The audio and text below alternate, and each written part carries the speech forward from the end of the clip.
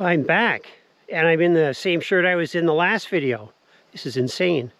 And this is a bike we got. This is the Honda XR150L. It is a dual sport, so it's got a little more aggressive tires. Can go on the road, off-road. I've kind of bought it to go off-road. As you can see, trees. Trust me, there's water down there. Maybe you can see it peeking through the trees over there. Anyways, this is Ontario, Northland. Well, Muskoka, Central Ontario, but it's up there. And the road in to here, even though I ride this bike in sometimes, it is dirt road with lots of hills and gravel and all kinds of things that I don't like riding my road bike on, but could use a bike like this. So we picked this one up, and it was really between this and a Grom. And I think the problem with the Grom was, although it was a little more expensive, the tires are smaller, and would have had to look at getting sort of more of an aggressive tire, like an off-roady tire, as opposed to just using the street tires, because of the type of road that's up here. It's just dirt. It's hard packed dirt, gravel, and there's potholes, there's narrow parts, there's hills that are quite high, well, steep. And I think this bike would do better. Plus, you know, if some guy come down, because sometimes the roads are single lane, if someone comes towards me, just go off into the bush, who cares? And there are trails around here somewhere, I just haven't gone around and found them. So what's cool about this bike? Well, this bike's kind of cool because it's old school. I mean, there's like a carburetor, and there's a choke and a petcock. What's a petcock? This right here. And this is off, up is reserve, and down, no, up is on, and sorry, and down is reserve. So essentially, there's two straws. There's two straws. The little straw is regular, and the deeper straw is for reserve. So when you run out of regular, your reserve gets a little bit of gas to help you go and get gas, as there's no gas gauge on it. There's just, usually you just reset the tripometer and go by that. So it's interesting with a choke. And there's also, right there is the adjustment for the idle, which is kind of good. And that's what makes this bike kind of interesting. It's a little different. It's a little cool. It's great for riding, like I said, off-road. As you can see, it's quite dirty because just take it off-road.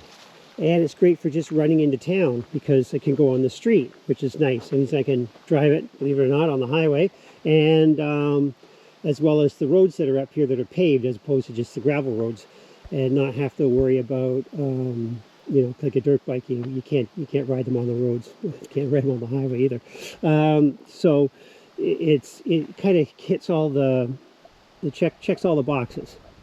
Now this one, I got one of their I don't know, can you call a bash plate a piece of plastic? I mean, it's kind of flimsy, but it does protect the motor from dirt and crap. As you can see, it's pretty dirty from riding. I had it out today after it just rained.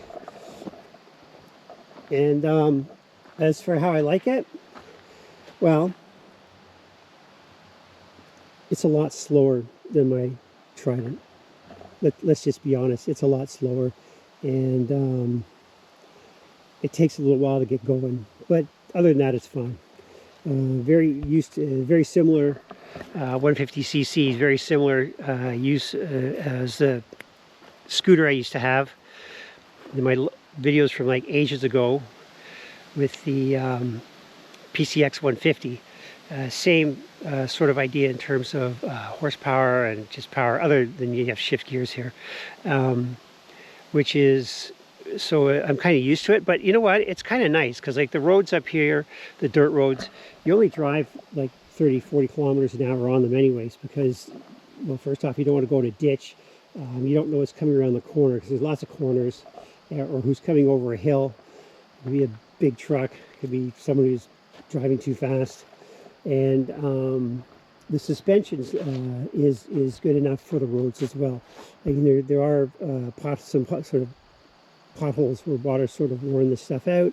I've driven it up on granite, because there's big granite up here, and yeah, just kind of that kind of stuff. I'm kind of looking forward to going through the forest, but I probably won't be doing that until next year, because we didn't get this until in July, so we really had it about 2 months, maybe less than 2 months.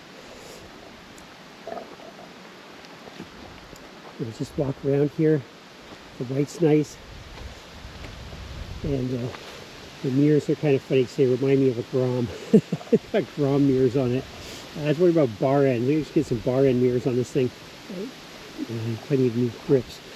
Yeah, and as you can see, it's pretty basic. Just speedometer, light. There's a couple lights there which are, you know, tell you neutral, whether your turn signal's left on or if your high beams are on, and that's about it. Very basic bike, but it fits the bill. And it's, you know, even though you don't drive fast, like, you know, when you get 60, whatever, when you go on the dirt roads, it's just fun.